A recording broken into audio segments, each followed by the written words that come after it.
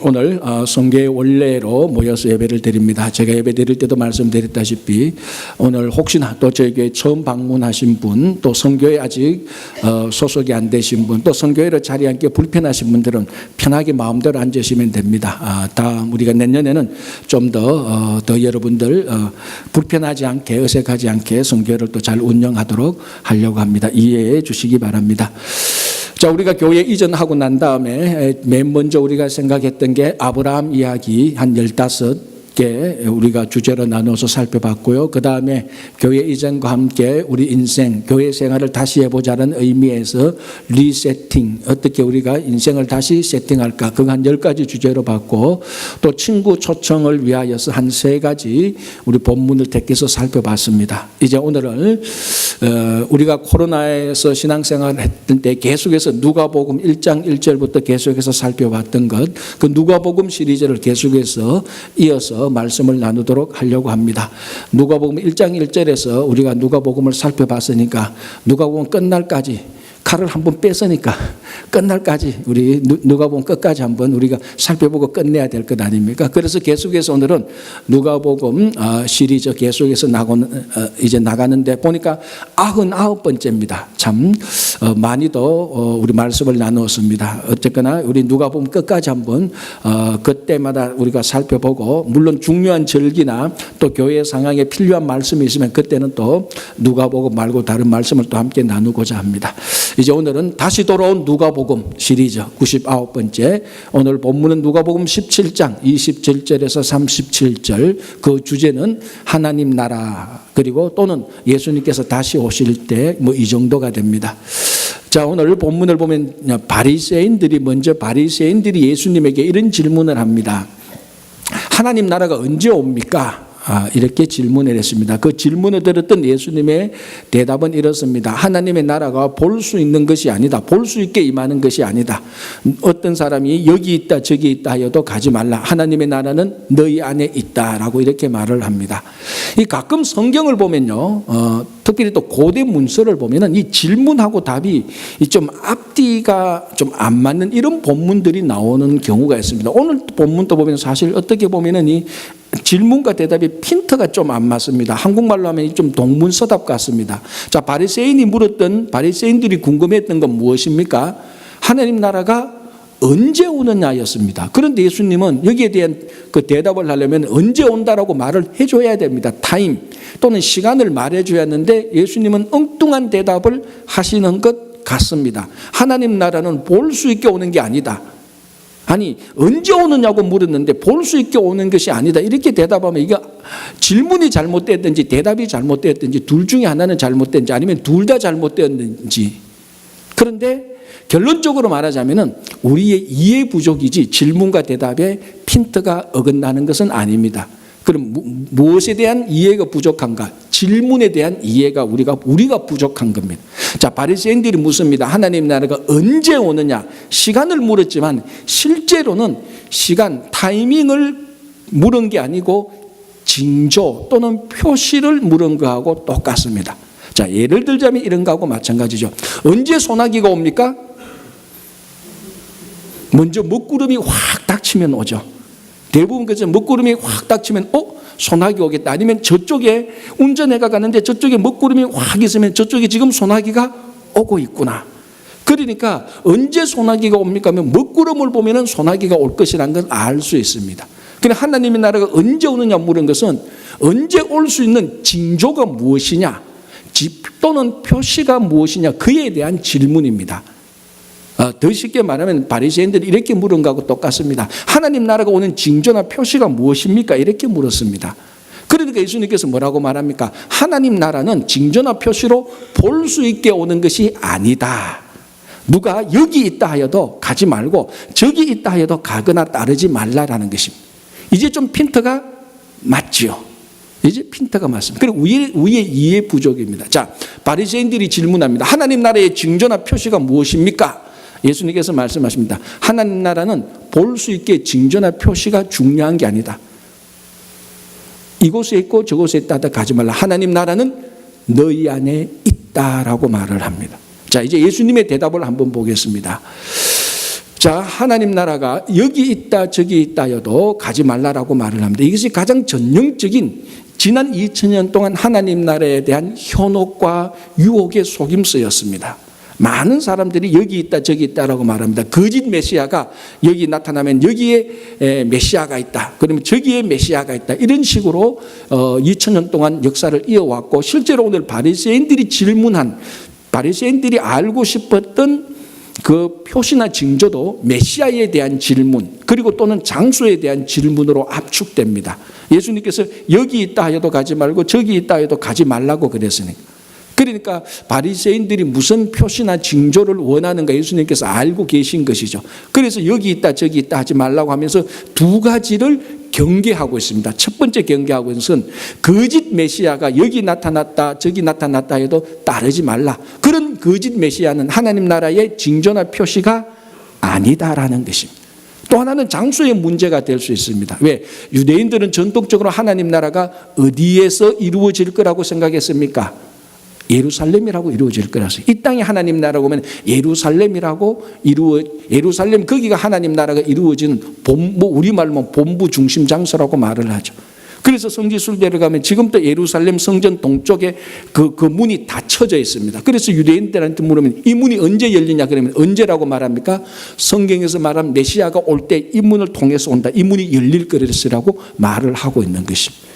그러니까 예수님께서 하나님 나라가 올 때는 어떤 선지자나 어떤 메시아가 여기 있다 저기 있다 해도 가지 말라. 그거는 하나님 나라의 표시나 징조가 아니다. 그리고 이곳에서 심지어 예루살렘에서조차도 이곳에서 하나님의 나라가 이루어졌다 저곳에서 이루어졌다 어떤 장소도 가지 말고 현혹되지 말라는 것입니다.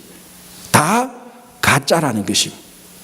자, 여러분 최근에 여러분들이 언론을 통해서 들었던 사실 가운데 이런 게 있을 겁니다. 어느 한 이단 단체가 남태평양 피지로 가서 600명, 400명이 집단 생활하면서 거기서 문제가 많이 생겨서 결국 그게 이제 언론에 나오고 이단, 거짓 단체, 이런 단체라는 것이 다 드러났습니다. 전형적인 여기 있다 저기 있다의 케이스입니다.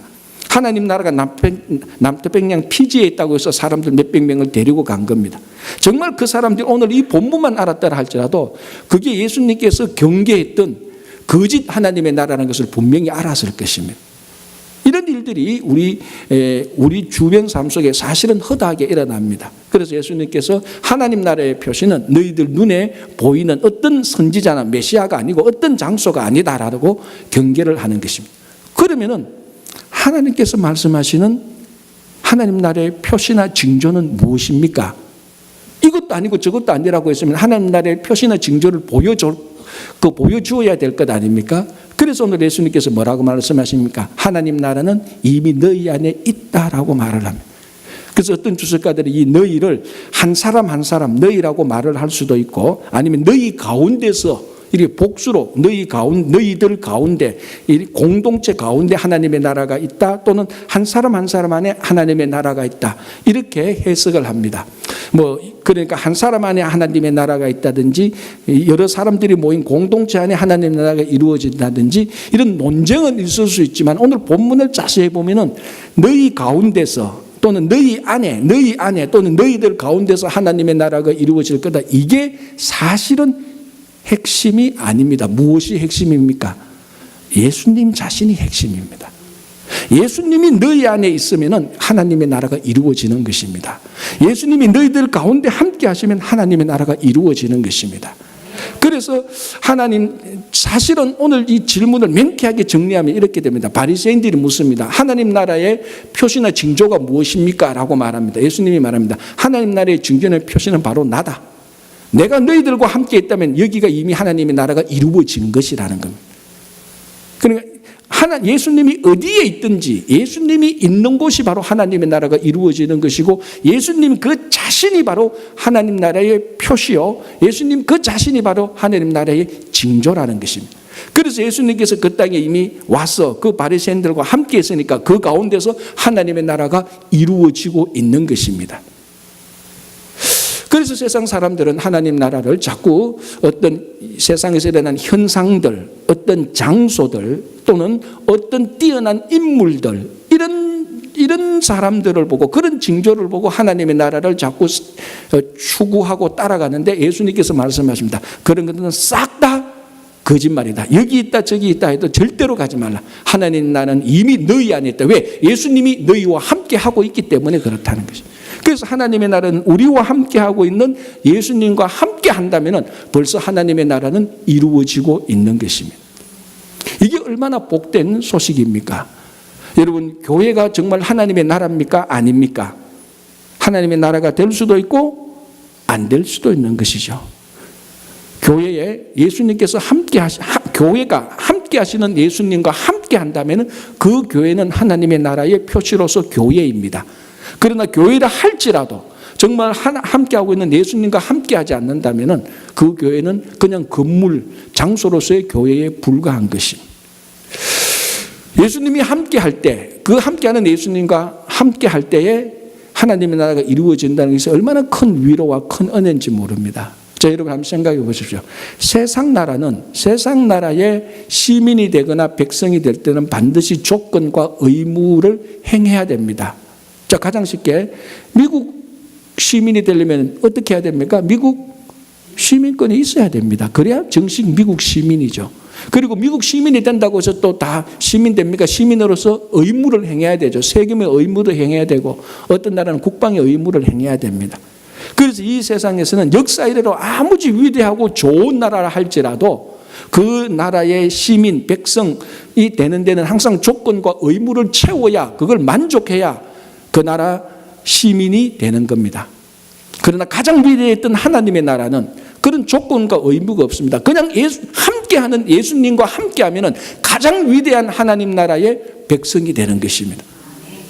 그래서 우리가 미국에서 살면서 사실 우리가 여러 가지 일들로 인해서 미국 시민이 아직까지 안 되신 분들이 있습니다. 왜 미국이란 정부가 계속 이런 조건 저런 자격 의무를 행할 때 그걸 아직 못했거나 아직 안 했거나 하는 그런 여러 가지 제약들로 인하여서 미국이라는 세상 나라의 시민이 못된 사람들도 있습니다. 되지 못한 사람들도 있습니다. 그러나 이런 사람들조차도, 이보다 더 조건이 안 좋은 사람들조차도 우리와 함께하고 있는 예수님과 함께하면 미국 아니라 어떤 나라보다 더 위대한 하나님 나라의 시민이 될 수 있는 것입니다. 하나님 나라의 백성이 될 수 있는 것입니다. 여기에 더 큰, 우리가 이 땅에서 살아갈 때 더 큰 소망이 있는 것입니다. 우리가 이 땅에 시민권이 없다고 해서 기죽을 필요가 뭐가 있습니까? 우리는 우리와 함께하고 있는 예수님과 함께할 때 하나님 나라의 백성이 되는데 이게 우리 소망이요, 이게 우리 힘의 근원이 되는 것입니다. 그래서 예수님께서 하나님 나라가 이미 너희 안에 있다고 말할 때, 하나님의 나라가 이미 우리 안에 있다고 할 때, 우리 안에는 예수님과 함께할 때 우리는 이 세상의 모든 나라를 합치는 것보다 더 좋은 하나님 나라의 백성으로서 당당하게 살아갈 수 있는 것입니다.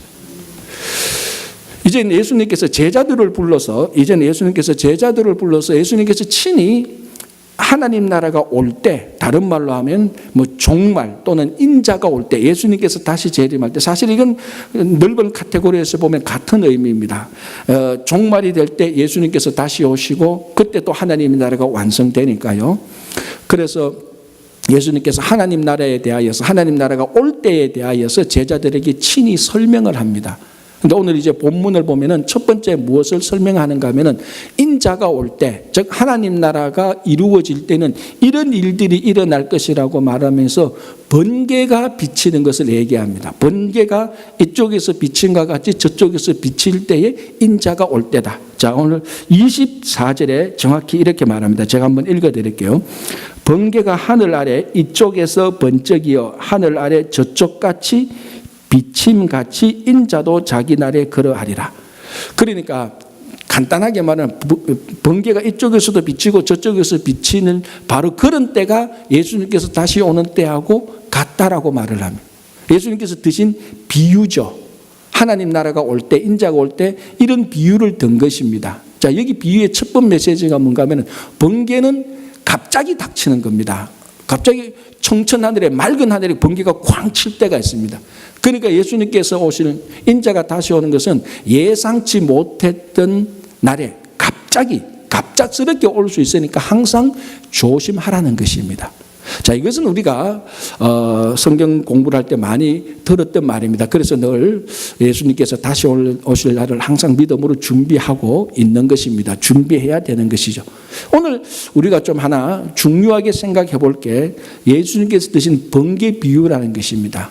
자, 번개가 이쪽에서 비침과 같이 저쪽에서도 비칠 때에 인자가 오는 것하고 같다라고 말합니다. 이게 하나님의 나라가 이루어지는 그때 그 모습, 그 현상을 번개가 이쪽에서 치고 저쪽에서 치는 것하고 이런 일들이 일어날 때 하나님의 나라가 온다라고 설명을 했으니까 많은 사람들이 이 말씀에서 하나님 나라가 올 때를 자연 현상에서 그 징조를 찾으려고 하는 것입니다.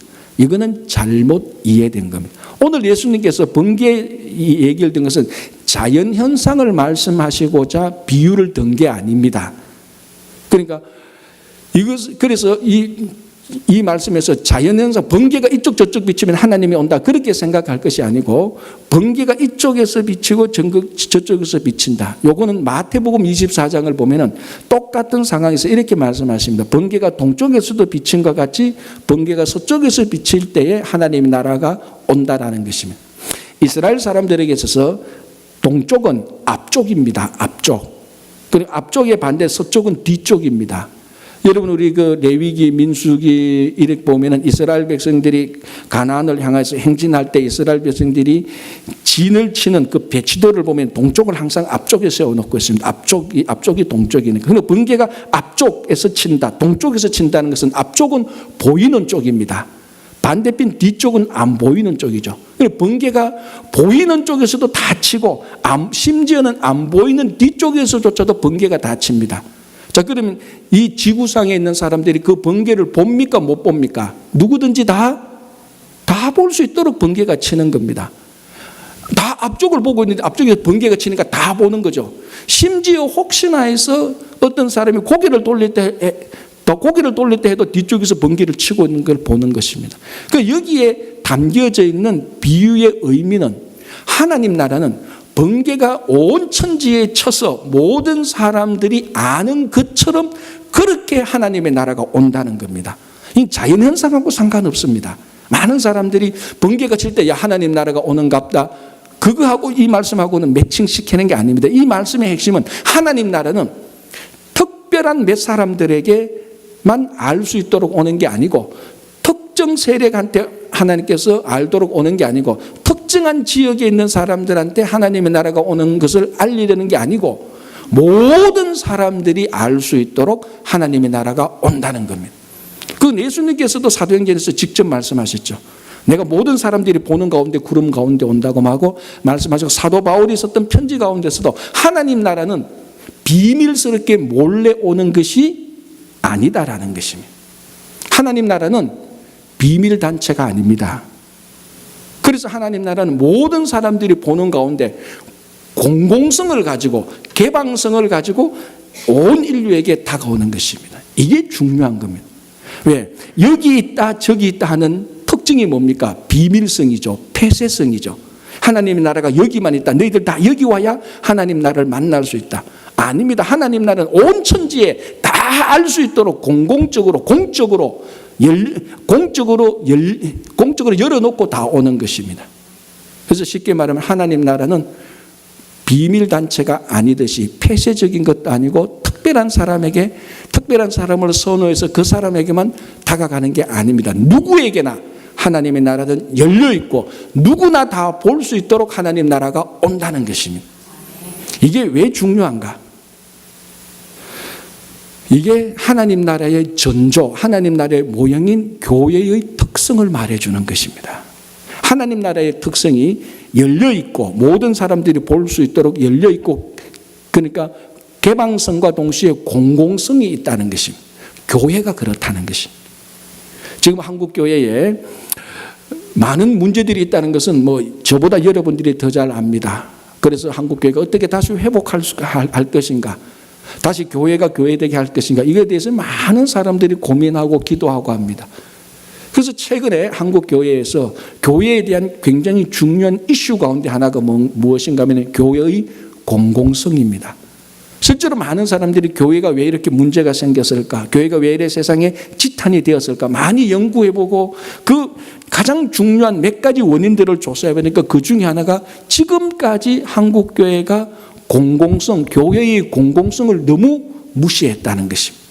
쉽게 말하면 교회가 공공성을 무시했다 이 말을 우리들이 알 수 있는 말로 하자면 무엇인가 하면 교회가 너무 비밀단체처럼 활동했다는 것입니다. 너무 폐쇄적이었다는 것입니다. 너무 자기끼리만 모여 있었다는 것입니다.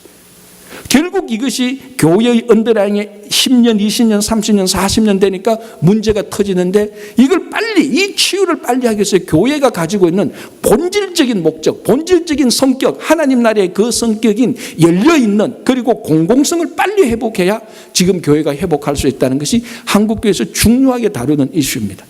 제대로 잘 진단한 것이죠. 자, 여러분, 원래 교회가 시작할 때 교회는 두 가지 특징으로 시작했습니다. 첫 번째 특징은 교회의 또는 기독교의 개인 구원적인 성격이었습니다. 또 하나는 공공성입니다. 개인 구원의 성격이 뭔가 하면은 그는 성경에 분명히 나와 있습니다. 내가 개인적으로 예수를 믿어서 의롭게 되어야 구원을 받습니다. 그러니까 그 교회가 아무리 좋고 아무리 크다고 해서 내가 예수 안 믿는데 그 교회 다닌다고 해서 내가 구원 얻는 것이 아닙니다. 구원은 단체성이 아니고 구원은 은밀성입니다. 사실은 구원은 나와 하나님과의 관계에서 내가 예수를 믿을 때에 하나님은 나 하나의 믿음을 보고 구원시켜주는 겁니다. 의롭게 하시고. 그래서 이 교회는 또는 기독교는 굉장히 개인적인 구원 종교입니다. 그거는 복음서에서도 말을 하고 사도 바울의 편지 로마서로부터 모든 사람이 각자가 예수를 믿어야 의롭게 되고 구원을 얻는 겁니다. 부모가 아무리 잘났다 할지라도 부모 신앙이 아무리 좋다 할지라도 그 자녀들이 자기가 예수 안 믿으면 구원 못 받는 것하고 똑같습니다. 자, 이건 우리가 너무나 잘 알고 있는 교회와 우리 기독교의 특징입니다. 요거하고 똑같은 무게로 한쪽에 있는 게 뭐냐면은 개인의 그 교회의 개인적인 구원 종교가 아니고 반대쪽에는 교회의 공적인 특징이라는 것입니다. 이 두 개가 원래부터 교회가 시작할 때 두 개가 똑같은 무게로 똑같이 방향을 잡고 출발했는데 한 2000년이 지나면서 많은 교회들이 교회의 공공성을 희미하게 해버리고 나 혼자 예수만 믿고 나 혼자 잘되고 나 혼자 천국 가면 가지라는 이런 성격이 많이 강화되었습니다. 그러다 보니까 교회의 공공성이 약해지고 이쪽 부분이 약해지니까 이 약해진 부분에서 교회가 문제가 터지기 시작했던 것입니다. 자, 교회가 처음 시작할 때에 그 교회가 시작하는 그 모든 땅을 다스리고 있었던 나라가 로마 제국이었습니다. 로마 제국이 다스린 수없이 많은 인종들, 수없이 많은 민족들, 수없이 많은 문화들 로마가 다 컨트롤했습니다. 종교들도 다 컨트롤했죠. 많은 종교들이 있었습니다. 예를 들자면은 신비주의를 극화한, 신비주의 체험을 좋아하는 종교들, 어떤 종교는 금욕을 좋아하는 종교들, 어떤 종교들은 세상 다 싫고 내 혼자 기도 열심히 해야 되겠다, 저 동굴 속에 쿡 처박혀서 기도하는 종교들. 로마 제국이 봤을 때 그런 종교들은요 손끝 하나 되지 않았습니다. 우리말로 하면 이런 식이죠. 너 신비 좋아해? 그래, 신비 체험 많이 해. 많이 그거 좋은 거야. 신비 체험 많이 해서 신비한 사람이 돼. 로마 제국이 그런 사람, 그런 종교에 이의를 제기하지 않습니다. 잘해라 그럽니다. 금욕? 아, 그렇지. 금식 많이 해야 되지. 세상의 욕정을 다 없애야지. 금욕 많이 해. 그래서 경건한 사람이 돼. 오히려 우리가 지원해 줄게. 동굴 속에서 기도하고 싶다고. 기도해. 기도 많이 해. 굳이 말하자면 우리 식으로 말하면 로마 제국이 그런 식으로 종교를 다 인정해 줬습니다. 그런데 어느 정도 시간이 딱 가면서 로마가 본격적으로 핍박한 종교가 하나 있었습니다. 그 종교가 무슨 종교입니까? 그게 기독교였죠. 왜 로마가 다른 종교들은 다 허락하고 다른 종교들은 다 이의를 제기하지 않는데 왜 기독교는 로마 제국이 핍박했습니까? 기독교 안에 있는 교회의 공공적인 성격이 드러났기 때문에 그렇습니다. 자, 우리 사도행전을 보십시오.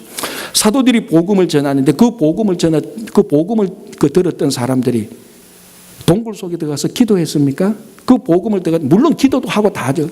동굴 속에 들어서 기도만 한 게 아니고 그 복음을 들었던 사람이 신비주의라서 흘러갔던 거 아니고 그 복음을 들었던 사람이 나 이제 금욕에서 계속 경건해야지, 금욕주의로 간 것도 아니고 신비주의로 간 것도 아니고 혼자 기도원으로 혼자 동굴 속으로 들어간 것도 아닙니다. 복음을 들었던 사람 전부 다 어디로 나갑니까? 세상으로 다 나갑니다. 세상으로 나가서 복음대로 사니까 세상이 바뀌기 시작하는 거예요. 그러니까 로마 제국이 위협을 느끼는 겁니다. 아니 다른 종교들은 다 신비도 체험하고 금욕도 하고 기도원에 가고 다 동굴 속에 들어갔는데 괜찮았는데 왜 저 교회만, 사람들이 다 로마 제국이 다스리는 나라에 가가지고 복음을 전하니까 세상이 막 로마 제국이 말하고 있는 거 반대로 바뀌는 겁니다. 로마 제국이 두고 볼 수 없는 겁니다. 이 종교는 핍박해야 되겠다. 그래서 교회가 본격적으로 핍박을 받기 시작하는 거예요. 만약에 그 당시 교회가 나 혼자 예수 믿고 내 혼자 의롭게 돼서 구원받으면 그만이지, 그렇게만 계속 있었더라면 로마 제국은 교회를 핍박하지도 않았을 것입니다. 핍박할 이유도 없죠. 그래 너 혼자 잘 믿고 너 혼자 천국 가. 로마 제국은 건드리지 않습니다. 그런데 이 복음을 들었던 사람들이 교회가 세상에 들어가서 복음대로 살고 세상에 들어가서 빛과 소금이 되니까, 세상이 바뀌니까, 로마 제국이 바뀌니까 로마 제국이 위협을 놓고 두려워서 교회를 핍박하기 시작한 것이. 그래서 그때 핍박을 받은 교회와 성도들이 순교자로 가게 되는 겁니다. 영광스러운 핍박을 받았고 영광스러운 순교의 대열에 참여하게 된 것이. 이게 교회의 원래 본질입니다. 원래 본질입니다. 그래서 공공성이 자꾸 떨어지고 개인성만 자꾸 가니까 교회가 이제 타락하고 부패하기 시작하는 것이. 하나님 나라가 특징이 뭡니까? 비밀단체가 아니듯이 특별한 사람에게만 하나님 나라가 가는 게 아니고 모든 사람이 볼 수 있도록 열어놓고 공공성을 가지는 것이 하나님 나라고, 이게 바로 교회의 특징입니다. 교회가 공공성을 가지고 교회가 개방성이 될 때 그 교회는 건강해집니다. 타락하지 않고 부패하지 않습니다. 자, 가끔 이제 여러분들이 저보다 이런 소식은 더 많이 들을 겁니다. 이민사에 가다 식당에 가서 밥을 먹고 여러분 주변의 친구들을 만나면 교회 소식을 많이 듣습니다. 안타까운 소식도 참 많죠. 야, 어느 교회가 합쳤다는데 그 커미션이 오고 갔대. 야, 어느 교회가 매각을 했는데, 예를 들자면 이겁니다. 제가 들은 게 아니고 예를 들자면 500만 불에 팔았는데 300만 불이 사라지고 200만 불밖에 없대. 그 누가 가져갔대. 온갖 소문들이 다 듣깁니다. 나중에 한 5년 6년 지나면 그 중에 많은 소문들이 거짓이라는 것이 판명됩니다. 그런데 가끔 한두 가지 소식은 실제로 일어났던 사실과 유사한 일이 있습니다. 이 한두 가지 사건만 하더라도 왜 이런 부패와 타락이 생깁니까? 교회가 공공성이 없었기 때문에, 마치 교회가 비밀 단체처럼 액션을 했기 때문에, 마치 교회가 아무도 모르는 은밀한 곳에 가서 드러내지 않고 구석에서 콕 처박혀서 자기끼리만 무슨 일을 해버렸기 때문에 그런 일이 생기는 것입니다. 만약에 교회가 정말 공공성을 가졌다면, 교회가 개방성을 가졌다면, 여러분 교회가 개방성을 가지고 공공성을 가진다는 것은 교회가 투명하다는 것입니다. 여러분 투명한데 어떻게 구석에서 쑥덕쑥덕 일이 이루어지겠습니까? 그렇지 않습니까? 그래서 교회가 본질적인 개인 구원과 사회의 공공성을 두 개를 절묘하게 가지고 있을 때 교회는 가장 건강해지는 것입니다. 또 하나, 교회가 공공성과 이 개방성을 가지고 있을 때 교회 안에 있는, 우리 안에 있는 남아있는 이단성을 제거할 수 있습니다. 여러분 늘 사람 안에는, 교회 안에는 항상 이단이 좋아할 수 있는 미끼들이 남아 있습니다. 우리들이 부족해서 연약해서 그렇죠. 그러나 교회가 언제나 공공성을 가지고 열려 있으면요, 절대로 교회는 이단에 빠져들지 않습니다. 여러분 모든 이단 단체를 다 보십시오. 가장 큰 특징이 뭡니까? 뭔가 모르게 저 이단 단체는 자기끼리만입니다. 문을 걸어 잠굽니다. 너희들이 우리 안에 들어오면은 이런 비밀을 알 수 있어. 굉장히 폐쇄적입니다. 반복해서 말씀드리지만 마치 저것끼리 무슨 하는 비밀 단체 같습니다. 그건 이단의 가장 중요한 특성이죠. 그래서 이단이 공공성을 가지지 않습니다. 열리지 않습니다. 물론 가끔 신천지와 같은 이단이 공공성을 가지는데 그거는 자기들의 폐쇄성을 위장하기 위해서 하는 것이지 본질은 여전히 폐쇄성이고 은밀성입니다. 항상 문제가 있죠. 한국에서 큰 이단 단체가 몇 년 전부터 삐걱삐걱 거리더니만 그 이단 단체의 교주의 비리가 드러나면서 이제 그 이단 단체가 막 무너지기 시작하고 있습니다. 지금도 큰 어려움에 빠진 걸로 알고 있는데, 이제 그 이단 단체의 교주의 비리가 드러나고 문제가 생기자 그래도 그 교회를 살리고자 하는 그 교회의 교인들이 비상대책위원회를 마련했습니다. 우리가 보통 이 단체를 비대위 이렇게 말을 하죠. 정치에서 비상대책위원회 마련하는 것처럼 그 교회 이단 단체에서도 비상대책위원회 비대위를 마련했습니다. 이제 이 사람들이 조사를 하는 거죠. 왜 우리 교회가 이 지경이 되었나? 우리는 그래도 세상 사람들이 이단이라고 말해도 우리가 제일 영적으로 순수하고 영적인 파워가 있고 우리가 제일 복음을 잘 지키고 우리가 제일 신앙적으로 잘 산다고 생각했는데, 이 문제가 터지고 보니까 우리가 제일 비리가 많은, 제일 문제가 많은, 제일 많은 타락한 단체였다는 것을 자기들이 발견하게 됩니다. 그래서 왜 이런 문제가 생겼나? 가만히 조사를 해보니까 결론이 뭔 줄 압니까? 우리가 우물한 개구리였구나. 우리가 문을 걸어 담그고 우리끼리 잘났고 우리끼리 영적 능력이 있고 우리끼리 영적으로 순수했는데, 우리가 그동안 문을 걸어 담그고 우리가 비난했던 기존 교회들, 그 기존 목사들 실제로 문을 열고 딱 열어보니까 그 사람들이 오히려 더 깨끗했고 자기들이 타락하고 부패했다는 것을 발견했습니다. 우리가 우물한 개구리였다. 그래서 이 비대위 사람들이 그래도 우리가 지금이라도 발견했으니까 이 교회를 다시 정상으로 회복하자. 어떻게 회복하면 되겠는가? 교회의 공공성과 개방성을 향해서 나가기 시작했어요. 참 좋은 일이죠. 그래서 그 사람들이 그 전에 자기들이 비방했고 욕했던 교회의 목사님을 초청하고 자기들이 욕했던 어떤 신학교 교수님을 초청해서 세미나를 하고 말씀을 듣습니다. 듣고 보니까 자기들이 너무나 잘못한 거예요. 그래서 우리 이렇게 안 되겠다. 그래서 교회가 점점 개방하게 되고 공공성으로 나가고 있는 중으로 알고 있습니다. 제가 확신하는데 이 방향으로 계속 나가면 그 교회는 회복됩니다. 왜? 교회의 본질이 공공성과 개방성에 있기 때문에 그렇습니다. 이 두 개, 우리가 개인이 예수를 믿어 의롭게 되어서 구원을 받는 개인 종교적인 특성과 교회가 그 지역 사회에 들어가서 문을 열고 그 교회가 그 지역의 공공적인 사역을 감당할 때 이 두 개가 밸런스가 잡힐 때 교회는 가장 건강하고 교회는 가장 진짜 진정한 의미에서 부흥을 하게 되는 것입니다. 여러분, 교회가 비밀단체가 되어서 어떻게 세상의 빛과 소금이 되겠습니까? 안 되지 않습니다. 그래서 교회는 끊임없이 공공사역을 계속해서 감당해 나가고, 물론 각자는 늘 예수 그리스도를 구주로 고백하고 의롭게 되어야 함과 동시에 교회의 공공성과 개방성을 향해서 계속해서 나갈 때 교회가 살아있는 교회가 되는 것입니다. 자, 한 가지 또 더 보겠습니다. 오늘 예수님께서 인자가 올 때 그 세상 상태를 무엇과고 같다라고 말하면 노아의 때와 롯의 때와 같다라고 말합니다. 두 가지 때를 말하는데 사실은 두 가지 같은 의미입니다. 그래서 노아의 때 한 가지만 살펴보면 똑같은 의미입니다. 자, 오늘 본문을 보면은 세상 사람들이 심판받을 때가, 즉 인자가 올 때, 종말이 올 때, 하나님의 나라가 임할 때에 사람들이 심판받는데 노아의 때와 같다고 하는데 그때가 어떤가? 27절이 이렇게 되어 있습니다. 한번 제가 읽어드릴 테니까 문제가 무엇인지 여러분 한번 알아보시기 바랍니다. 27절, 노아가 방주에 들어가는 날까지 사람들이 먹고 마시고 장가들고 시집가더니 홍수가 나서 그들을 다 멸망시켰으며. 무엇이 문제죠? 문제가 없습니다. 먹고 마시고 장가들고 시집 갔는데 이거 무슨 문제가 있습니까? 이거 문제라면 우리 다 문제죠. 먹고 마시고 장가가고 시집 가는 것은 반드시 해야 되는 일상적인 삶입니다. 여기 문제가 없는데 이것 때문에 심판을 받았대요. 누가 말했습니까? 예수님이 말했어요. 아니 예수님, 노아 때 먹고 마시고 장가가고 시집 갔는데 왜 이것 때문에 심판했습니까? 이게 심판받을 일이라면 우리는 이슬만 먹고 살든지 천사가 되든지 진공 속에 들어가야 됩니다. 육신을 가지고 현실에 살면서 사는 사람이 먹고 마시고 장가를 가고 결혼을 해야 되죠. 이게 왜 심판의 이유가 됩니까? 키 포인트는 어디에 있습니까? 노아 때에 있다는 것입니다. 노아 때에 먹고 마시고 장가 간 게 문제가 된다는 거죠. 노아 때가 언제입니까?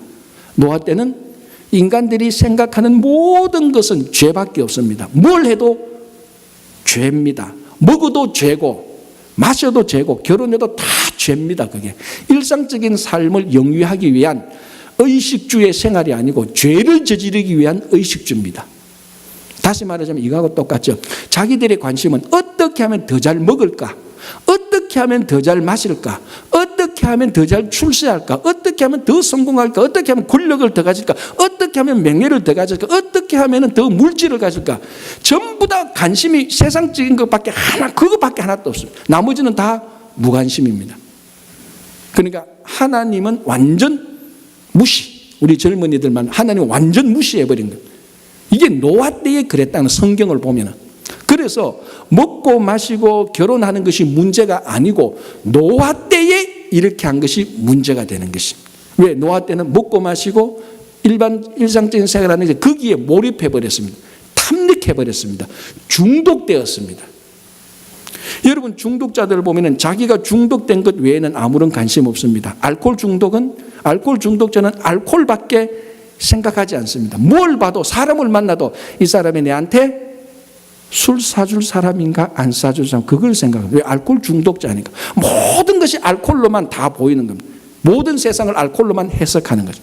마찬가지로 노아 때는 어떻게 하면 더 잘 먹고 더 잘 살고 어떻게 하면 더 쾌락하고 더 만족하고 어떻게 하면 더 향락의 생활을 누릴까 거기에만 중독되어 버렸습니다.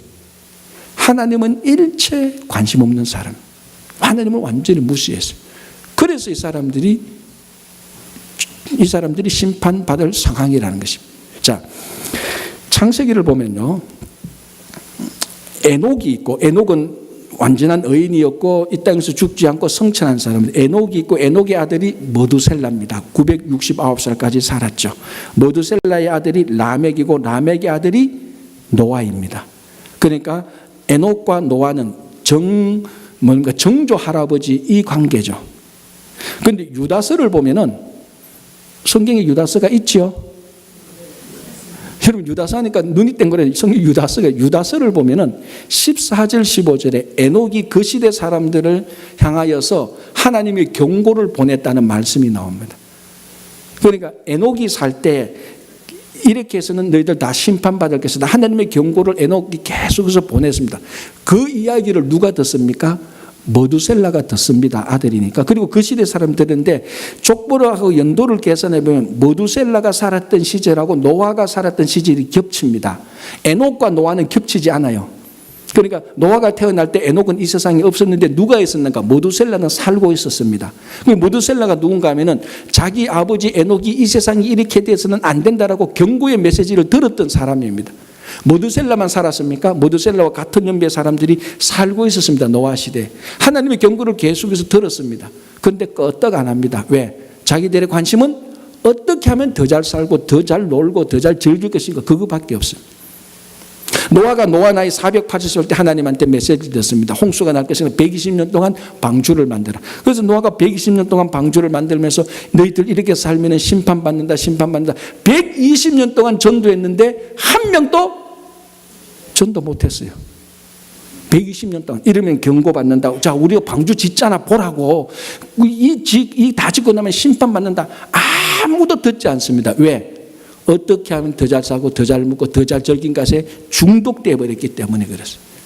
그래서 하나님께서 노아 때에 먹고 마시고 장가간 것이 잘못됐다는 거예요. 그러니까 하나님은 완전 무시.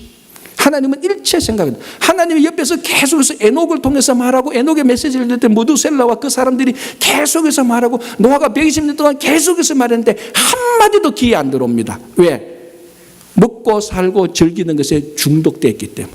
여러분 알코올 중독자에게 알코올 중독 외에 무슨 얘기를 해도 안 듣습니다. 다 알코올로만 듣지요. 무슨 소리 해도 결론은 그래 네가 내한테 술 한 잔 사줄래? 결론은 다 그걸로 갑니다. 다른 건 다 듣지 않아요. 그 시대가 이 시대하고 똑같다는 것입니다. 저 지난 주간에 한 주 동안 살면서 여러분 어떻게 사셨습니까? 지난 6일 동안 살면서 하나님의 말씀을 얼마나 생각했습니까? 어쩌면은 노아 때 먹고 마시고 결혼하는 그 모습대로 지난 한 주간 우리가 살았을 수도 있습니다. 그런데 감사하죠. 심판 안 당했으니까. 감사한 거죠. 은혜로 살아있는 것. 그러니까 이 노아 때는 하나님에 대한 관심은 일체 없습니다. 세상적인 관심에 완전히 몰입되어 버리고 중독되어 버렸어요. 인디언 보호구역에 살고 있는 한 인디언 친구가 백인 친구를 만나러 대도시로 나왔습니다. 이 친구와 함께 그 도시를 걸어가는데 얼마나 시끄럽습니까? 마치 뭐 맨하탄 같은 거리죠. 뭐 차량 소리, 경적 소리, 사람들이 서로 부르는 소리, 가면서 셀폰 하면서 고함 지르는 소리, 싸우는 소리, 얼마나 시끄럽습니까? 이 시끄러운 통에 인디언 친구가 가다가 여기 귀뚜라미 소리가 들리네 이렇게 말합니다. 백인 친구가 야 여기 무슨 귀뚜라미가 있어? 너 잘못 들은 거야. 하니까 인디언 친구가 아니야 귀뚜라미가 있어. 그래서 그 소리를 따라가니까 담장에 그 아이비 넝쿨이 있고 그 아이비 넝쿨 밑에 이파리가 있는데 이파리를 딱 떨치니까 귀뚜라미가 진짜 끼뚤끼뚤하면서 소를 울고 있는 거예요. 그 백인 친구가 정말 울고 있냐면 놀랐는 거예요. 그때 백인 친구가 이 인디언 친구에게 말합니다. 야 너야 그 좋은 보호구역 자연에서 살고 있으니까 우리 백인들보다 귀가 더 밝아서 이런 소리 들을 수 있는 거지 우리는 못 들어 이렇게 말했습니다. 그 인디언 친구가 말합니다. 아니야 귀가 밝아서 내가 너보다 귀가 더 밝아서 이 소리 들은 게 아니야. 내가 한번 증명해 볼까? 그러니까 백인 친구 한번 해봐. 넌 내보다 귀가 더 밝다니까. 인디언 친구가 그게 아니야. 그러면서 인디언 친구가 50센트 동전을 그 가는 길에 톡 던졌습니다. 그냥 동전 던지가 톡 나면서 때로로 굴러갈 거죠. 길 가던 사람이 전부 다 뒤돌아서 다 봤다는 겁니다. 그런데 인디언 친구가 말합니다. 백인 친구에게 동전 떨어지는 소리가 크냐 귀뚜라미 소리가 크냐. 귀뚜라미 소리가 더 컸거든요. 사람이 귀뚜라미가 울어도 듣지를 못합니다. 그보다 더 적은 동전 소리에는 다 반응을 합니다. 왜 그렇죠? 동전에 중독대가 있으니까. 그럼요. 자연에는 귀뚜라미는 관심 없습니다. 동전에 중독되어 있으니까 물질에 중독되어 있으니까 조그만 소리만 나도 거기에는 민감하게 반응합니다. 노아 때가 그랬습니다. 먹고 마시고 잘 살고 잘 먹고 쾌락하는 데는 민감하게 반응하는데 옆에서 메가폰을 대고 고함치는 경고하는 하나님의 목소리는 전혀 듣지 않습니다. 왜? 이 세상적인 삶에 중독되어 버렸기 때문에 그렇습니다. 이때가 심판의 때라는 겁니다. 그렇다면 어쩌면 지난 한 주간이 우리 각자의 삶이 심판의 때였을 수도 있습니다. 우리 교회가 그랬을 수도 있고 이 이민사회가 그랬을 수도 있고 우리 가정도 심판의 때를 맞이했을 수도 있었을 거예요. 자 여러분, 그런데도 하나님께서 살려주셨습니다. 이제 우리가 다시 이 말씀을 들으면서 우리에게 경고의 메시지를 드리는 세상 일에만 탐닉해가 있는 거기에서 벗어나서 하나님의 말씀을 들으라는 그 메시지를 듣는 말씀이 되어야 되는 것입니다. 그래야 우리가 심판의 때를 면하는 것입니다. 오늘 예수님께서 친히 하나님 나라에 대해서 설명을 합니다. 여러분, 하나님 나라는 어떤 위대한 사람의 업적도 아닙니다. 이 지구상에서 어떤 좋은 장수도 하나님의 나라는 아닙니다. 하나님의 나라는 예수님이 함께하는 것입니다. 함께하는 예수님과 함께할 때 그것이 바로 하나님의 나라입니다. 예수님이 하나님 나라의 징조요, 예수님이 하나님 나라의 완전한 표시가 되는 것입니다. 교회와 가정과 일터에 이 예수님이 꼭 함께 하셔야 되는 것입니다. 여러분, 하나님 나라를 생각해서 우리 교회, 친구 교회를 생각합니다. 우리 각자가 예수를 믿어 의롭게 되어 구원을 받아야 함과 동시에 똑같이 앞으로 우리 친구교회는 계속해서 이 지역사회의 빛과 소금에 대해서 교회의 공공성을 가지고 교회의 개방성을 가져야 됩니다. 그래서 정말 이 지역사회에, 이 세상에 빛과 소금이 되는 친구교회가 되어야 되는 것입니다. 여러분, 다시 한번 오늘 이 말씀을 생각하면서 내가 지난 한 주간 전혀 옆에서 고함치는 하나님의 목소리를 듣지 못했다면 다시 한번 우리가 세상의 것을 내려놓고 하나님의 말씀을 듣는 시간이 되시기를 간절히 바랍니다.